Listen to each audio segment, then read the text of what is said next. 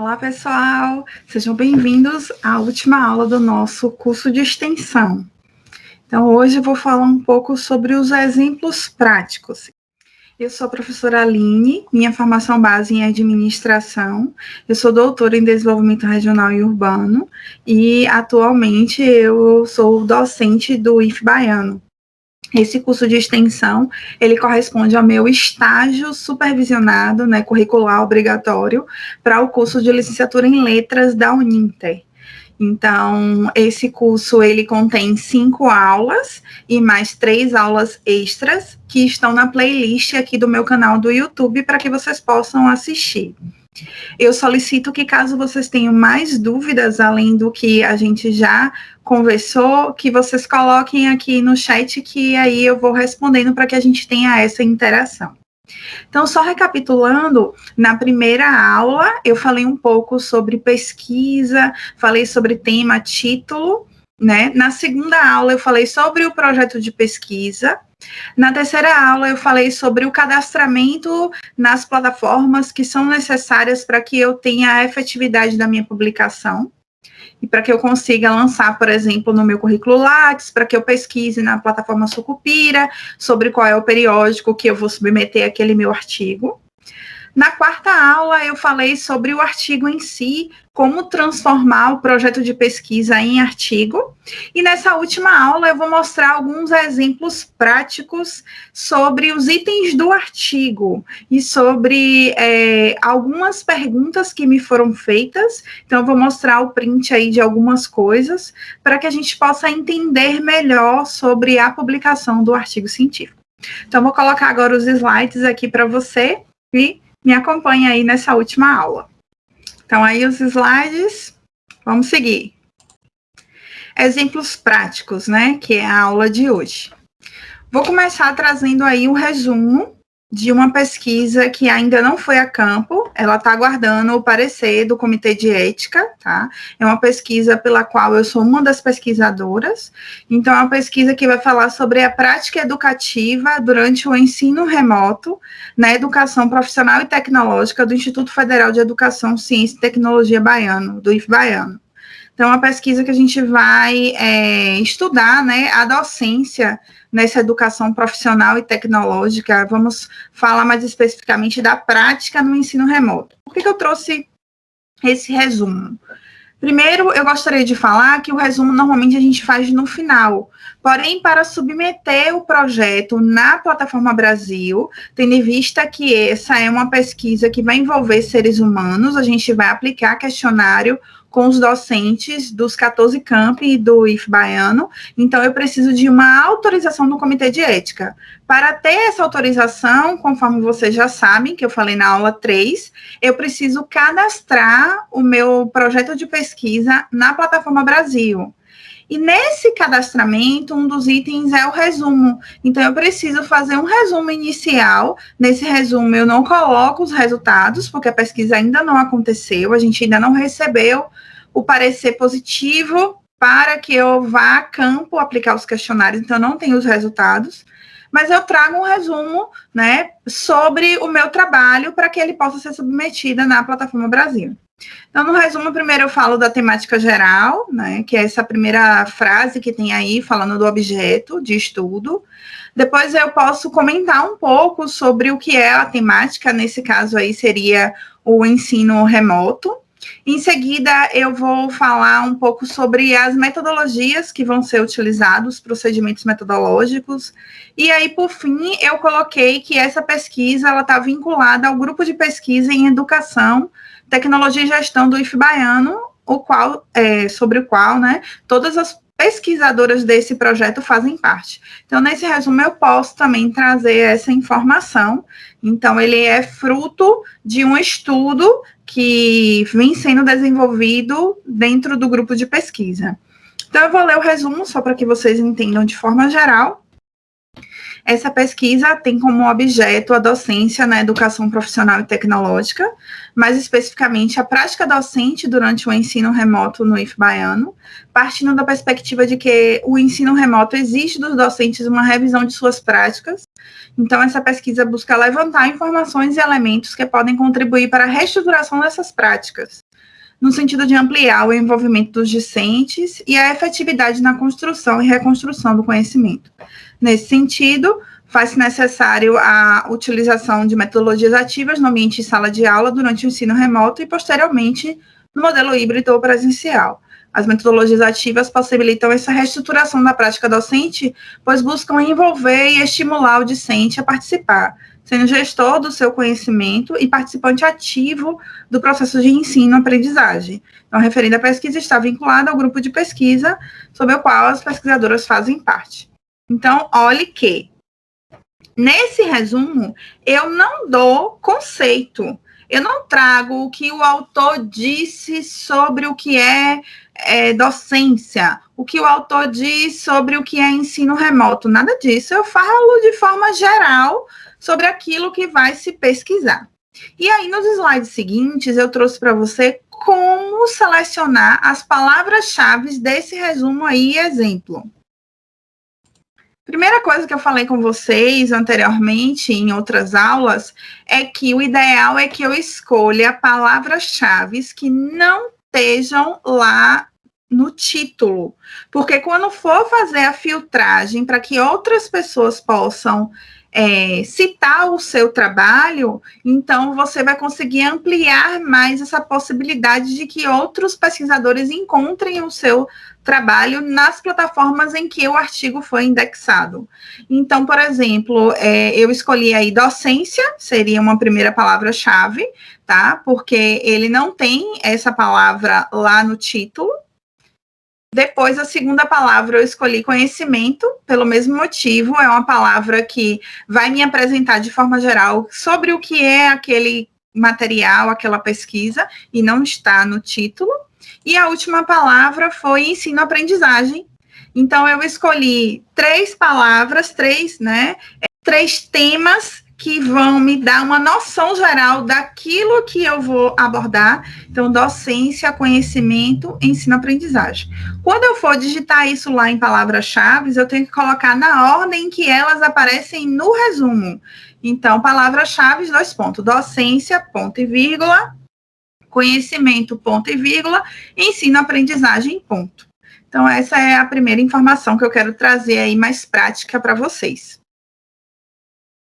Segundo, eu quero falar sobre os objetivos.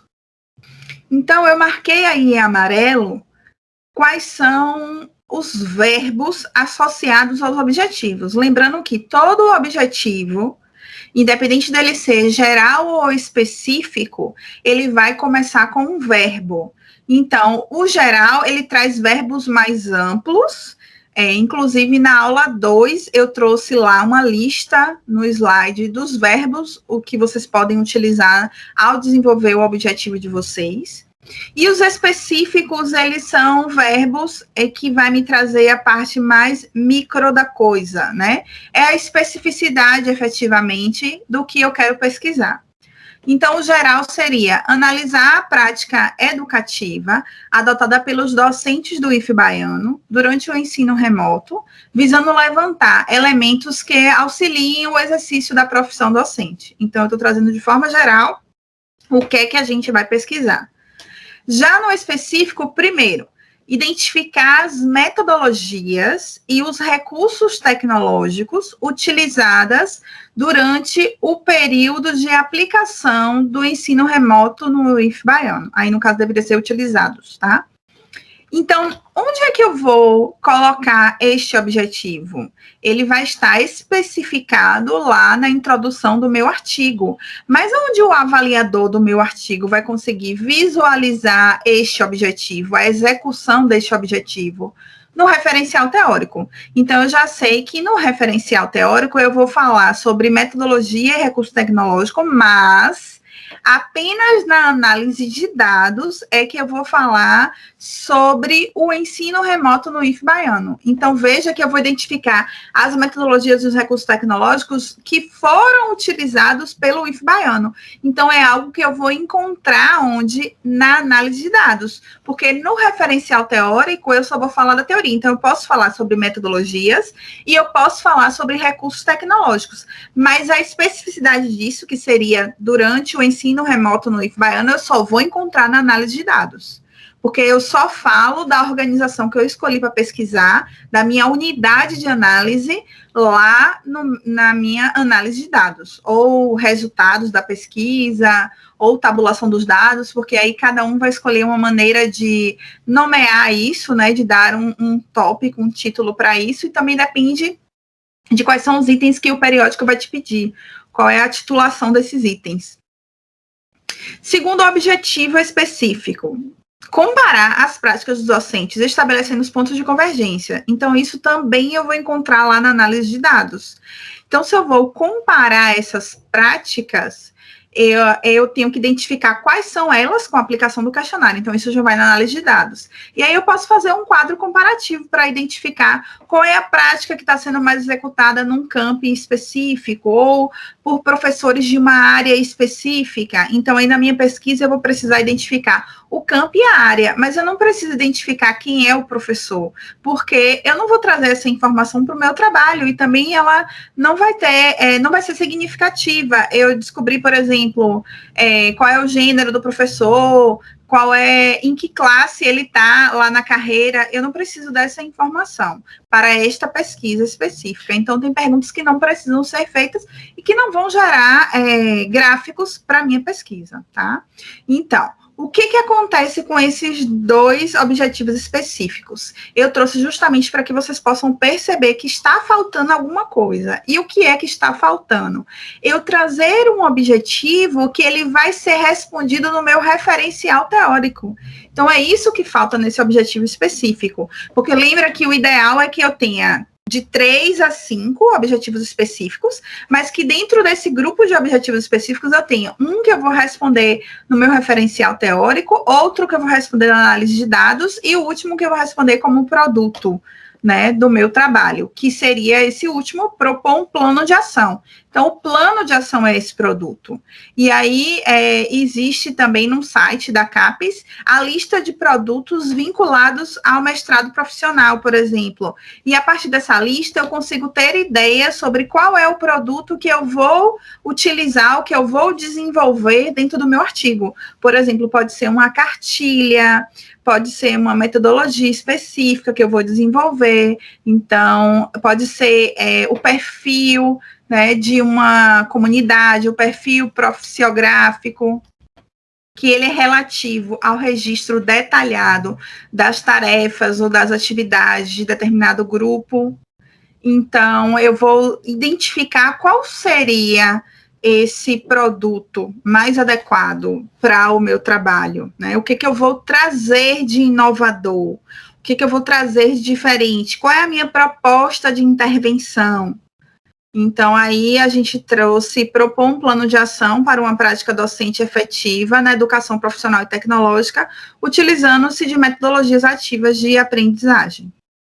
Então, o que está faltando aí nesse específico seria trazer um objetivo que ele fosse respondido, executado lá no meu referencial teórico. Então, possivelmente, apresentar os conceitos relacionados a metodologias ativas e ensino remoto, ou apresentar as diferenças entre ensino remoto, educação à distância, modelo híbrido de educação, se esse for o foco, né? Ou, já que eu estou falando de práticas educativas, então eu poderia apresentar as práticas educativas, ou o histórico das práticas educativas no mundo, do surgimento das práticas educativas no mundo, ou no Brasil. Então, ou eu posso comentar sobre, em relação à Base Nacional Comum Curricular, né, a BNCC, o que ela traz sobre isso, então trazer um pouco da legislação. Então, eu posso, sim, se eu estou trazendo legislação, eu vou falar um pouco disso lá no meu referencial teórico. Então, o que está faltando aí é apresentar isso, né? É trazer isso como um objetivo específico. Metodologia. A gente já falou um pouco de metodologia, né? Tanto na aula 2 como na aula 4. Então, aqui eu só trouxe os itens para que vocês possam compreender na prática como é que seria isso. Então, primeiro, caracterizar a pesquisa. Então, falar, por exemplo, como a pesquisa foi desenvolvida, quando ela foi desenvolvida, e aí eu vou destrinchar isso, local e participantes. Onde e com quem? Quais são os sujeitos da pesquisa? Então, por exemplo, nesse caso dessa pesquisa que a gente vai aplicar questionário com os docentes, o que a gente trouxe nesse local e participantes? Primeiro, que o local da pesquisa seria aí, nesse exemplo, o IF Baiano. Então, eu vou falar sobre o histórico do IF Baiano, né? A história dele, de como ele surgiu, quais são as características principais dele. Eu posso trazer aspecto de missão, visão, valores. Se for uma empresa, por exemplo, eu posso falar sobre os principais fornecedores, sobre o perfil dos clientes, sobre a quantidade de funcionários. Nos participantes são os sujeitos da pesquisa, quem vai participar da pesquisa. Mas esse participante não é o autor da pesquisa. O participante é com quem você vai coletar os dados, seja através de uma entrevista ou de um questionário, por exemplo. Então, aí nesse exemplo, o que foi que a gente fez? A gente fez uma listagem da quantidade de professores, de docentes em cada um dos campi, e aí a gente criou um gráfico em barras para demonstrar qual é o camping que tem maior quantidade, menor quantidade. Quando a gente fala também dos participantes, a gente pode também listar os critérios de inclusão e exclusão. Então, por exemplo, a gente vai excluir desta pesquisa especificamente os professores que têm um contrato temporário, e a gente vai só utilizar os que têm um contrato permanente. Um outro exemplo, no caso, que fazem parte do quadro permanente, que são concursados. Um outro exemplo, a gente também vai excluir quem estiver de afastamento. Afastamento para curso, licenças médicas, né? Por quê? Porque a gente quer entender a prática docente no período do ensino remoto. Então, para que esta pesquisa ela seja efetiva, para que ela reflita a realidade, eu preciso aplicar questionário com o sujeito da pesquisa que está efetivamente atuando ali, né, naquela prática docente que está desenvolvendo as suas atividades, ministrando aula durante o período do ensino remoto. Então, aí, quando a gente traz sobre os participantes, a gente deve colocar os critérios de inclusão e de exclusão. E isso é uma coisa que o Comitê de Ética, ele solicita muito, né? Além disso, eu devo colocar outras informações que venham a excluir aquele participante, ou que faça com que alguma característica que ele apresente no momento da aplicação do questionário, seja uma exclusão dele, ele seja excluído ou ele seja incluído. Então, na verdade, é uma justificativa sobre quais são os motivos que eu vou pesquisar sobre aquele público naquele local. Depois eu vou falar sobre os procedimentos, então, como eu vou tabular os dados, se vai ser em gráfico, que tipo de gráfico vai ser, se vai ser feita análise de conteúdo, se for uma entrevista, se vai ser transcrição da entrevista, se eu vou utilizar algum tipo de aplicativo para transcrever a entrevista, se eu vou, por exemplo, desenvolver uma nuvem de palavras com as palavras principais dos entrevistados, as palavras que mais ocorreram durante as entrevistas, se eu vou utilizar um software para tabular esses dados quantitativos, por exemplo, o SPSS, ou se eu vou utilizar um software para os dados qualitativos, por exemplo, o NVivo. Então, se eu vou utilizar softwares para analisar esses dados, tá? Quais são esses softwares que eu vou utilizar? Qual é a vantagem de utilizar isso? O que eu vou obter de resultado com a utilização desse tipo de software? Então, como eu vou tabular os dados?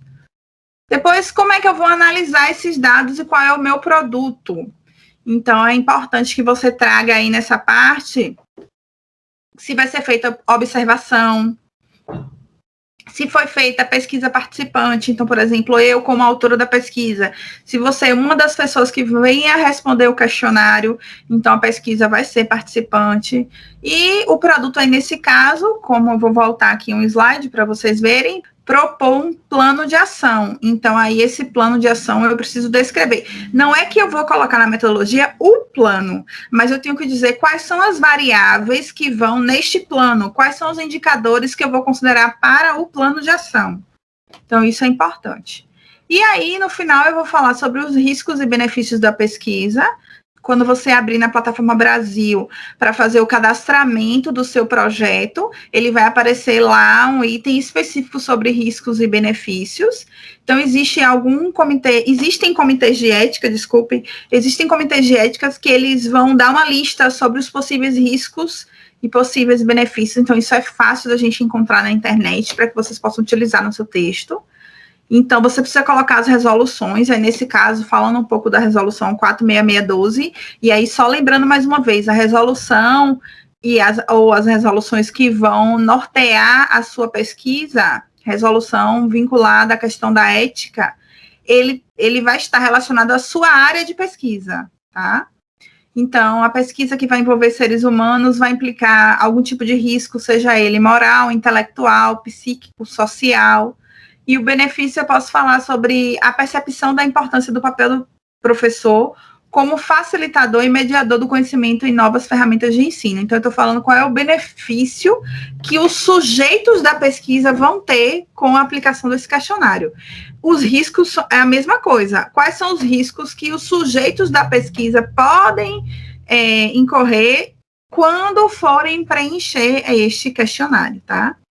Além disso, eu vou falar sobre os aspectos éticos, como a questão do anonimato na pesquisa, então eu não vou identificar quem foi que respondeu aquilo, que a participação é voluntária, que existe a confiabilidade no intuito de resguardar os dados pessoais.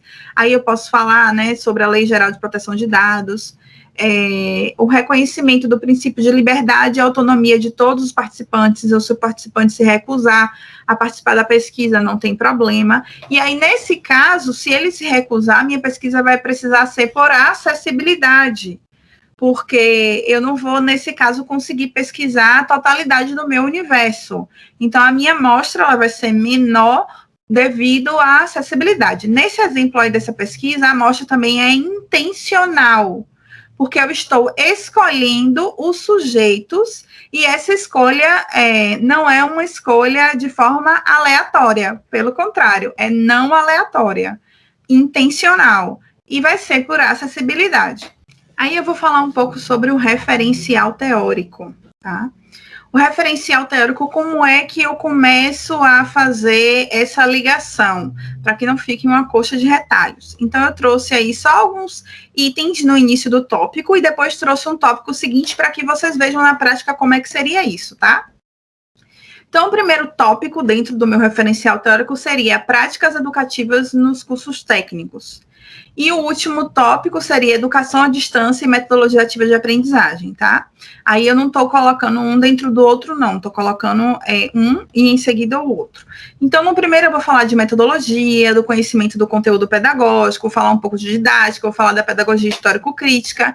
E aí eu preciso finalizar com algo que venha me trazer informações sobre o item seguinte. Então, uma das dicas é eu trazer o que eu quero falar no final deste tópico. Então, eu quero falar sobre a experiência docente, então, os saberes que são necessários à prática docente. E eu quero falar que esses saberes, eles podem focalizar metodologias ativas de aprendizagem. Por quê? No próximo item, eu vou falar sobre metodologias ativas de aprendizagem. Então, o item anterior, ele vai anunciar o próximo item. Não necessariamente precisa ser no final da frase, pode ser no meio do último parágrafo, mas sempre no último parágrafo eu trago algo que venha a anunciar, que me dê essa ligação para o próximo item. Aí eu trouxe uma outra questão relacionada ao referencial teórico, que é, no mesmo parágrafo, fazer com que 2 ou mais autores conversem entre si. convergindo ou divergindo. Foi algo que eu já falei nas aulas anteriores sobre o desenvolvimento do referencial teórico ou revisão de literatura, né? Então, eu vou ler o parágrafo para que vocês entendam que há essa convergência. Alves, 2015, define a aprendizagem como um processo pelo qual se adquire conhecimento, valores, habilidades e competências. Sendo que a motivação influencia no processo de aprendizagem e deve ser incentivada a fim de engajar os discentes. Então, eu quero dizer, apresentar o que Alves trouxe, mas o meu foco aí seria a questão do engajamento. Então, guardem isso aí, engajar discentes. Por que eu estou pedindo que você guarde tudo que nesse slide está em rosa? Porque depois, no slide seguinte, vai ser o meu comentário, a minha crítica como autora do meu trabalho, do meu artigo científico, o que eu vou comentar sobre esses dois autores. Então, eu trouxe informações que estão em rosa, e vocês vão observar no slide seguinte que eu vou fazer um comentário sobre a minha percepção em relação a isso que esses autores trazem. Convergindo assim com Szabó e Silva, que apresentam a cultura da aprendizagem como necessária para a compreensão de novas diretrizes da tarefa educativa, voltada para a valorização do relacionamento entre facilitadores e aprendizes de forma inovadora. Então, eu falei de engajamento, e eu falei que Szabó e Silva traz a questão da valorização do reconhecimento, tá?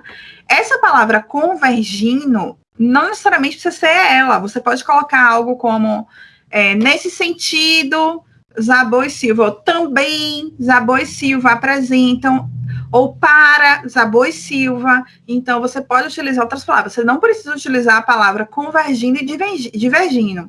Você pode utilizar ela, mas não utilizar muito no seu trabalho, para que o trabalho não fique muito cansativo a leitura, para que ele tenha fluência. Eu trouxe essa palavra específica para que vocês possam entender essa relação de convergência. Então, vamos pensar aí como é que tá. Engajar os discentes e valorizar o relacionamento. Aí eu venho com... Desculpa, eu tinha colocado aqui para ficar mais fácil a visualização. Então, o que acontece? Depois disso, eu venho com o meu parágrafo de crítica.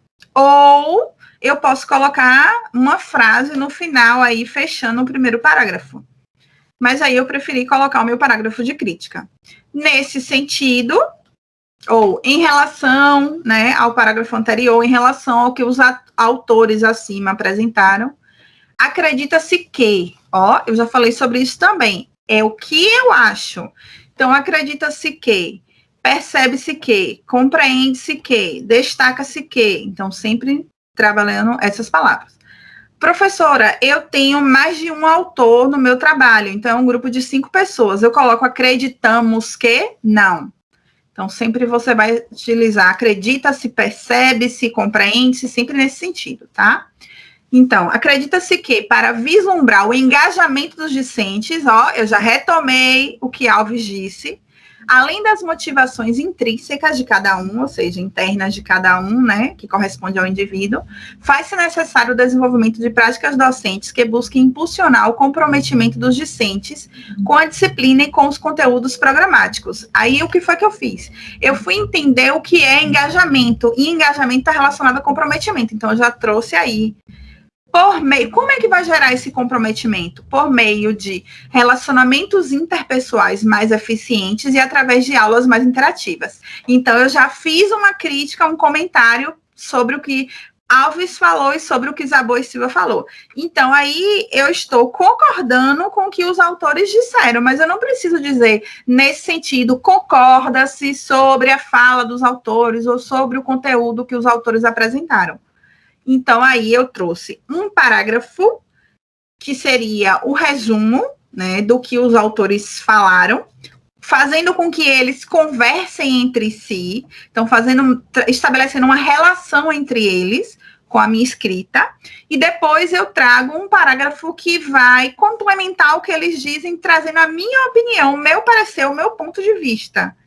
Então, aí, nesse caso, esse parágrafo segundo aí, ele é o quê? Uma resenha.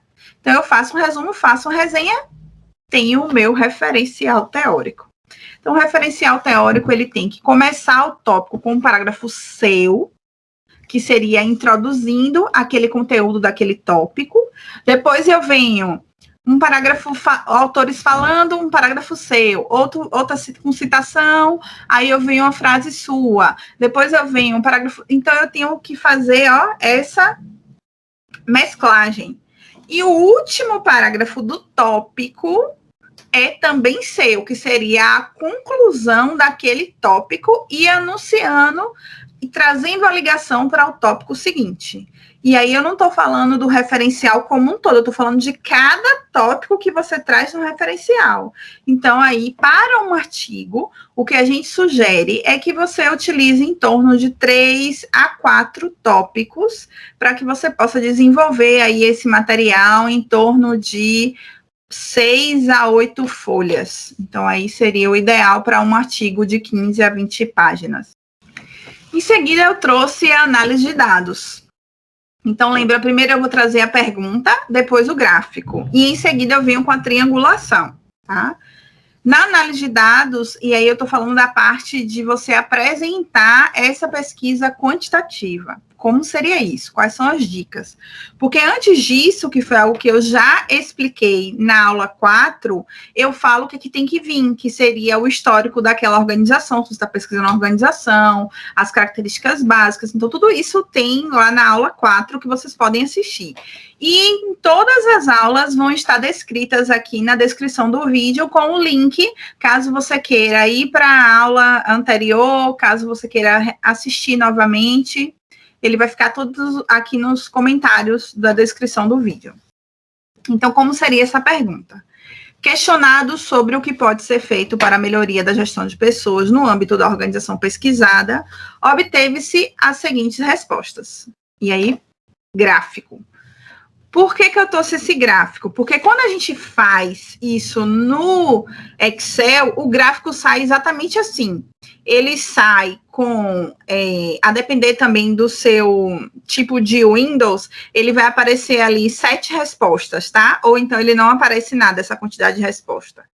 Aí, o título, ele vem dentro do gráfico. Então, esse gráfico está errado. Por quê? Porque o título tem que vir fora do gráfico. Então, eu tenho que apagar o título que vai aparecer lá na formatação dentro do gráfico. Lembra que eu tenho que ter o gráfico e a legenda. Então, o título vai para fora. Outra coisa que está errada aí nesse gráfico é que está vindo com pergunta. E o título, ele tem que ser afirmativo. Então, eu vou ter gráfico 1, tracinho, ações para a melhoria da gestão de pessoas na empresa. Ou tiro o nome na empresa, só ações para melhoria da gestão de pessoas. E no final eu vou colocar fonte, 2 pontos, dados da pesquisa, entre parênteses, 2021, ponto. Tá? Então, eu trouxe isso aí para vocês verem como é que ele vai aparecer para vocês. Então, você precisa apagar aquele título, você vai apagar lá na parte onde você vai colocar as informações, os dados, né, que vão no gráfico, e aí você consegue fazer isso no Excel e depois copiar e colar ele lá no Word. Também tem como fazer no Word. Aí eu vou trazer exemplos sobre a triangulação, tá? Então, na triangulação, eu tenho que fazer 3 coisas, que é algo que eu já expliquei também na aula 4, eu só trouxe mais um exemplo aqui para essa aula 5. Resposta por extenso, sempre partindo do maior percentual para o menor percentual. O que a organização faz para obter o maior percentual e o que deveria ser feito. Aí eu trouxe pela clínica, mas aí seria pela empresa, viu? É porque eu peguei o mesmo exemplo da aula passada. Então, observe que a gente tem aqui nesse gráfico a resposta que a gente teve em 3 itens. Então, nesse caso aqui, eu teria que ter 3 itens de informação de resposta, tá? Então, qual é o primeiro erro que a gente tem aqui? É que eu só tenho 2 percentuais. Então, falta ainda um outro percentual, 14,3, né? Um seria a melhoria na interação e o outro que não precisa de melhoria. Então, ainda falta eu falar aqui que mais 14,3% informaram que não precisa de melhoria. Então, vou ler aí o que a gente iria colocar como parágrafo seguinte ao gráfico. Então, gráfico, enter, parágrafo seguinte é esse aí. Em relação ao gráfico 4, que nesse caso é o gráfico 4 na ordem né, que está no seu trabalho, 71,4% dos gestores acredita que é preciso melhorar nas técnicas de treinamento. 14,3% acredita que é preciso melhorar na interação entre colaboradores e gestores. Aí agora esse ou não precisa de nenhuma melhoria, eu preciso colocar 14,3%. E 14,3% informou que não precisa de melhoria alguma, né, ou nenhuma melhoria. Então, isso está faltando aqui, tá? Mas isso é a resposta por extenso. Eu não posso colocar o 14,3 antes do 71,4, porque eu sempre vou trazer do maior para o menor. Aí eu vou complementar com o que será que a organização faz para ter esse percentual. Ou seja, eles acham que as pessoas não são treinadas, né? Então eu vou trazer. Nesse sentido, acredita-se que as empresas buscam pessoas cada vez mais capacitadas para exercer cargos e funções de relevância. Por isso, para boa parte dessas empresas, elas levam a sério as técnicas de treinamento e muitas das vezes as colocam acima de qualquer outra melhoria, como, por exemplo, a segurança no trabalho. E algumas vezes não é vista, né, pela empresa como muita relevância. O que acontece aqui com esse exemplo? E, gente, eu estou trazendo os exemplos todos propositais, para o que vocês percebam, e nesse caso, o que vocês não deveriam fazer. Nesse texto aí, efetivamente, eu estou denegrindo a imagem da empresa. Então, isso não deve estar no seu trabalho, né? O foco do trabalho é buscar melhorar a realidade da empresa. Então, aí eu vou trazer o seguinte: como é que eu vou trazer esse texto? Como é que eu vou melhorar esse texto? Então, se eu estou falando que eles acreditam que precisam melhorar as técnicas de treinamento, é porque a empresa, possivelmente, ela não possui treinamento. Então, ou já treinou e foi um treinamento inicial, e aí eu posso verificar através da entrevista como foi, se a pessoa chega naquela empresa e recebe só aquele treinamento inicial e não o treinamento continuado. Então, eu venho. Nesse sentido, acredita-se que muitas empresas entendem que os seus colaboradores estão capacitados por receberem apenas o treinamento inicial no momento que ingressam à empresa, né? O que pode vir a incorrer falhas, né, na padronização dos procedimentos, já que a organização pode não ter oferecido aos colaboradores um programa de treinamento continuado. Pronto, então eu trouxe o que eu percebo que a empresa pode ter aplicado, ter utilizado. Então, o que ela faz para que as pessoas me digam que precisa melhorar as técnicas de treinamento? E aí eu venho com o último item, né? O que deveria ser feito? Então, eu falo que espera-se que a empresa possa garantir que o ambiente de trabalho seja mais seguro possível, e é importante a interação entre gestor e colaborador. E o que eu precisaria falar mais aqui?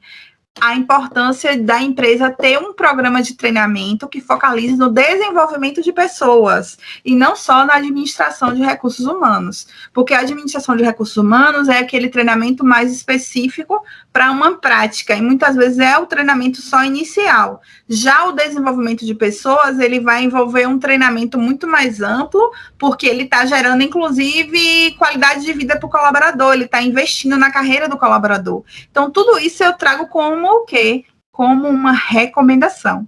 Só que para que eu recomende isso, lá no meu referencial teórico, eu vou precisar ter apresentado dentro de gestão de pessoas sobre treinamento e desenvolvimento. Por que o meu trabalho, o meu referencial teórico tem que ter falado sobre gestão de pessoas? Vou voltar aqui o slide. Ó, a pergunta. O que pode ser feito sobre a melhoria da gestão de pessoas na empresa? Então, a minha pergunta significa que esse trabalho é sobre gestão de pessoas. Então, por isso que é importante que eu busque colocar as perguntas que venham a responder aquilo que eu quero saber com o meu trabalho. Eu penso que as perguntas bem feitas, elas trazem um trabalho muito bem mais aproximado da realidade, ela vai delinear bem aquela realidade. Se eu faço uma pergunta que ela não vai me trazer resposta condizente com aquilo que eu apresentei na teoria, ou aquilo que eu penso para as minhas hipóteses, isso pode ser um problema quando eu transformar isso em artigo lá dentro da minha análise de dados. porque eu não vou conseguir aproveitar isso para realizar a análise efetivamente. Então, possivelmente aqui, esse trabalho, e realmente é sobre gestão de pessoas. Então, dentro de gestão de pessoas, eu preciso falar da teoria comportamental, da teoria das relações humanas, de treinamento, de desenvolvimento, e aí a minha pergunta identificou que eles precisam melhorar no treinamento, segundo quem respondeu, segundo, né, o que o gestor respondeu. Então, qual é a minha sugestão? Eu posso propor aí, né, um programa de treinamento. Então, eu vou sugerir algo na triangulação, que é a fase final da triangulação. E no meu produto, possa ser que eu possa desenvolver esse programa de treinamento para a organização. Então, o produto, eu posso falar sobre as fases necessárias dentro do programa de treinamento, eu posso criar um programa de treinamento. Como assim criar? Eu posso falar tudo que eles precisam fazer dentro de simulações, assistir videoaulas, indicar os cursos, trazer o ementário de qual seria o conteúdo que eles poderiam abordar dentro do programa de treinamento. Eu posso falar sobre pontuações, sobre avaliação de desempenho desse programa de treinamento. Então, aí eu posso criar tudo isso como um produto, porque eu identifiquei que eles precisam melhorar nessa área e eu estou estudando sobre gestão de pessoas nesse exemplo específico aí. Então, eu vou abordar o quê? Um conteúdo, eu vou trazer um produto vinculado à gestão de pessoas. Aí eu consigo, amarrar o meu trabalho como um todo. Como assim? Eu trouxe um referencial teórico que ele conseguiu ser respondido, pesquisado lá na minha análise de dados e que eu trouxe como recomendação e como produto algo que vai se relacionar com as duas coisas, com referencial e com análise de dados. Gente, deixa eu só fazer um parêntese, é que os primeiros itens que eu apresentei em relação ao resumo sobre práticas educativas, ele não é o mesmo trabalho desse referencial teórico, viu? Eu trouxe um outro exemplo para que vocês possam perceber. Por que eu não trouxe o mesmo lá do resumo? Porque o trabalho que eu apresentei para vocês do resumo, ele ainda não foi a campo, como eu disse, ele está aguardando o parecer do Comitê de Ética. Então, por isso que a gente ainda não aplicou o questionário, então eu não teria como colocar ele aqui nessa fase. Mas eu quis mostrar ele lá, porque ele está muito bem delineado para que vocês possam entender como é que funciona mesmo na prática.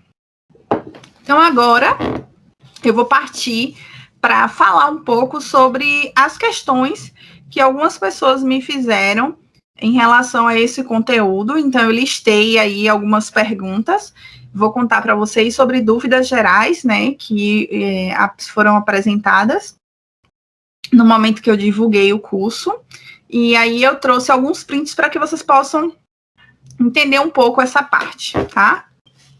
Primeiro, me perguntaram se o cronograma que vai no projeto de pesquisa, se é o mesmo cronograma que ele foi submetido na Plataforma Brasil e como seria a formatação disso. Sim, é o mesmo cronograma, então como é que eu faço? Primeiro, eu cadastro ele na Plataforma Brasil. Então, na plataforma Brasil, eu preciso colocar item por item e clicar num calendáriozinho, né, início e fim. Então, eu coloquei aí envio de relatórios parciais e finais, desenvolvimento de artigo científico, aplicação de instrumento de coletas após a aprovação pelo CEP, né, o CEP seria o Comitê de Ética em Pesquisa, tabulação e análise dos dados da pesquisa, preenchimento do cronograma e orçamento, submissão do projeto de pesquisa ao CEP, desenvolvimento de referencial teórico, escolha do periódico e adaptação do modelo de submissão e submissão do artigo ao periódico com qualis, tá? Então, o que ocorre? Eu faço primeiro esse cronograma lá dentro da plataforma, depois copio ele, faço um print, né? Entro no Paint, copio ele e colo lá no meu Word do meu projeto, tá? Lembrando-se que, além disso, eu preciso entregar também na plataforma, além de ter preenchido o cronograma, de ter feito a submissão do meu projeto em Word, eu preciso também colocar uma declaração dizendo que eu me responsabilizo pela execução desse cronograma, tá? Lá na plataforma tem algumas declarações que precisam ser feitas. mas ela é toda autoexplicativa.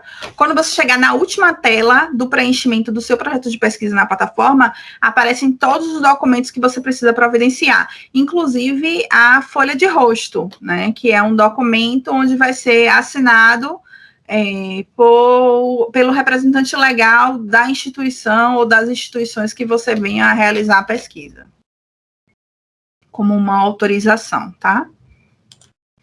A outra pergunta que surgiu foi em relação à plataforma Sucupira. Então, imagina, eu publiquei agora, esse ano, mas daqui a um tempo, né, normalmente a classificação do periódico, ele é por quadriênio, então, daqui a um tempo, essa classificação desse periódico pode mudar. Então, como é que eu faço para utilizar isso dentro de, por exemplo, um concurso?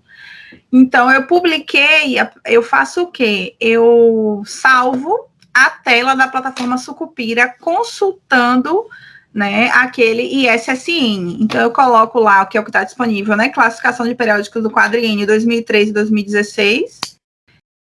Eu não marco em área de avaliação, eu não marco título, não marco classificação. Aí eu boto só o ISSN, que está lá na revista, e boto em consultar. E aí ele vai me dar essa lista aqui, tá? E aí eu coloco salvar em PDF e guardo isso, porque quando eu precisar comprovar, né? Porque normalmente para a prova de títulos, eles solicitam que você tenha publicado um artigo num periódico com Qualis, aí ele fala, se for Qualis A é tantos pontos, se for Qualis B, tantos pontos, né? Se for Qualis C, X pontos. Então, aí ele vai identificar qual é a pontuação pelo Qualis e pede que você comprove através de consulta na plataforma Sucupira. Então, é importante que você tenha guardado esses arquivos da sua consulta quando o artigo ele foi publicado, porque o que vai valer é o artigo num período da publicação, qual era o Qualis naquele período da publicação, tá? E uma outra coisa em relação ao tempo, né? Alguns concursos, algumas seleções, eles exigem que sejam dos últimos 5 anos. Então, depois de 5 anos, ele já fica obsoleto, tá? Aí, agora, uma outra dúvida passaram para mim que foi, e quando a revista, com o mesmo ISSN, tem várias áreas de avaliação, qual é a que eu considero como classificação Qualis para o meu artigo? Aí depende, a resposta depende da área de avaliação. Nesse caso aí, por exemplo, foi um trabalho dentro da área de administração que eu desenvolvi. Se vocês observarem, foi uma consulta de 14 de maio, eu fiz o print, no caso eu tenho o arquivo salvo, e ele vai entrar na área interdisciplinar, então ele foi classificado como A2. Se eu tivesse feito e submetido para esse jornal, algo na área de educação já seria B3, já para mim já não seria interessante, então por isso esse jornal seria mais para outras áreas que não estão aqui nessa área de avaliação, desde que a temática que eu escolhi para aquele trabalho, ela esteja contemplada no escopo da revista ou no escopo do jornal. Então, eu tenho que olhar lá no jornal quais são os itens, né, quais são as temáticas que correspondem àquilo que ele publica, tá? A outra pergunta que chegou para mim foi como é que eu consigo citar o meu trabalho anterior e isso melhorar a questão da minha publicação, né, do impacto da minha publicação. Então, aqui eu tenho um exemplo que eu me citei, tá? Então, Gomes et al., o et al. Porque eu tenho mais de 3 autores. E aí eu trago, né, o que foi que eu citei, claro, obviamente tem que estar em relação àquilo que se traz dentro do trabalho, né. Então, Gomes et al. 2011 apresenta que o ensino é considerado como um dos pilares educacionais e evidencia a necessidade de se desenvolver modelos mentais que contemplem os conteúdos programáticos e que favoreçam o conhecimento e o aprendizado dos discentes, no sentido de que as práticas escolares no processo educacional são importantes para o processo de criação do conhecimento e, consequentemente, para a própria aprendizagem. Aí eu estou falando de aprendizagem, tá? Então, aí eu já venho com a definição de aprendizagem de Alves. Alves, 2015, define a aprendizagem como um processo pelo qual se adquire conhecimento, valor, habilidade e competência. Tá vendo que tem a ligação? Então, eu finalizei falando de aprendizagem, só que antes eu não tinha dito o que era aprendizagem. Então, aí eu senti a necessidade de trazer um autor sobre o que é aprendizagem. Aí eu consigo realizar a ligação. O que está faltando aí? Observe, no primeiro item eu tenho autor. Segundo item, autor, mesmo sendo eu. Terceiro item, autor. Falta o que aí? Falta eu, como autora deste trabalho agora, me posicionar. Então, eu vou colocar nesse sentido, percebe-se que, ou então, diante do que foi exposto, compreende-se que, ou acredita-se assim que, ou convém incluir, ou vale ressaltar que. Então, aí eu já estou colocando a minha crítica positiva ou negativa, ou seja, concordando ou discordando sobre aquilo que se disse anteriormente aí neste trabalho. A outra pergunta que me pediram, como seria uma declaração de produção técnica? Porque eu comentei aí na aula 3, que é a aula de cadastramento, que tudo que a gente produz, a gente precisa colocar lá no currículo Lattes, né, na plataforma do CNPq, porém a gente precisa ter comprovação, né? Então, tudo que a gente vai colocar ali, a gente vai comprovar. E me pediram aí que eu colocasse, que eu mostrasse um exemplo de declaração de produção técnica. Então, aí eu trouxe uma parte, porque depois tem o nome das pessoas que fizeram essa produção técnica, então, para não expor o nome das pessoas, eu coloquei, né? O exemplo aí é uma declaração minha, tá? Declaramos para fins de comprovação que as servidoras abaixo listadas, então não tem o nome das servidoras, pertencentes ao quadro de pessoal permanente dessa universidade, lotadas na Pró-Reitoria de Gestão e Desenvolvimento de Pessoas, atuaram durante o período, então eu preciso colocar o período que aconteceu aquilo, tá? E as atividades, né? Elas exerceram as atividades de elaboração de indicadores para avaliação de desempenho funcional e proposta de ajuste dos artigos das minutas dos decretos de promoção e progressão na carreira de técnico e analista universitário, efetuando atividade de suporte técnico às atividades administrativas, né, da universidade, elaborando produção técnica, tá? A qual, né, foi direcionada ao fórum, e aí ele fala qual é o sentido. Então, o que é importante ter nessa declaração? Obviamente, o seu nome, né, que aí vai estar listado abaixo, obviamente também a assinatura do seu chefe, ou daquele chefe daquela área, ou do coordenador do projeto, né, então, e aí no final tem, além do papel estar timbrado, ele também tem o carimbo do CNPJ, ou do CNPJ da instituição, tá, porque também em concursos públicos, alguns, na prova de título pede que toda declaração, ela tem um carimbo do CNPJ.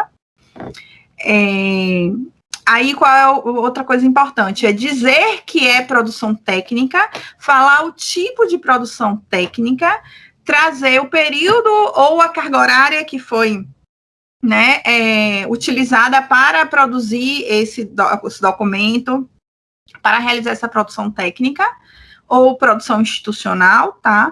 E aí, lá na plataforma Lattes, você, dentro de produção, consegue identificar quais são os tipos de produção que servem para pontuar no seu currículo. E falar qual é o encaminhamento, né? Qual é o motivo, para que isso foi feito, né? Justificar por que foi desenvolvido essa produção técnica, tá? Então, isso também vocês têm que verificar.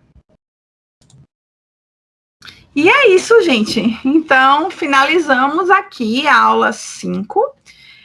Agradeço por você ter assistido. A aula ela vai ficar disponível aqui no canal do YouTube, caso você queira retornar, rever, tá? Durante o curso, né? Eu curso todas as aulas, né, que aconteceram agora nos dias 3 e 4 de setembro de 2021.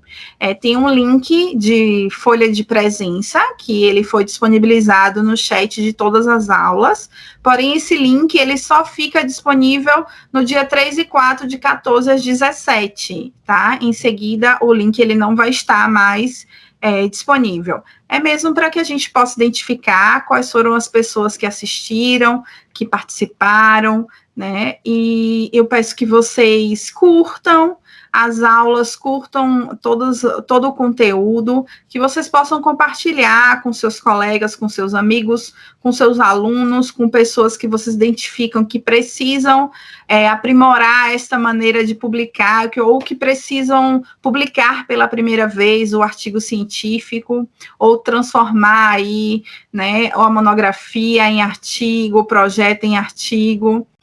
E falar para vocês que vocês podem colocar as dúvidas no chat, que aí eu vou respondendo, né, a partir do momento em que vocês lançam as dúvidas, e também porque vai ser possível a nossa interação, tá? Vai estar aqui, todas as aulas, elas vão estar disponíveis numa playlist do canal, além dessas 5 aulas, né, e do vídeo de apresentação, a gente tem também 3 extras, né, que são entrevistas que eu fiz com pessoas que já publicaram ou que defenderam o mestrado ou que foram para uma banca de qualificação, como é importante, né, ter a questão da publicação, então, para que vocês possam assistir. Esses vídeos extras, eles são mais curtinhos, 7, 5 minutos, mas é só mesmo para trazer uma nova visão sobre a publicação de artigo científico. Então, eu me coloco à disposição para tirar as dúvidas. Eu agradeço muito a sua participação. Mais uma vez, esse curso de extensão, ele corresponde ao meu estágio curricular do curso de licenciatura em letras da Uninter, em outros vídeos aqui no canal, sobre esse conteúdo ou sobre outros conteúdos na área de carreira, de gestão, de docência. Então, até lá. Obrigada por assistir.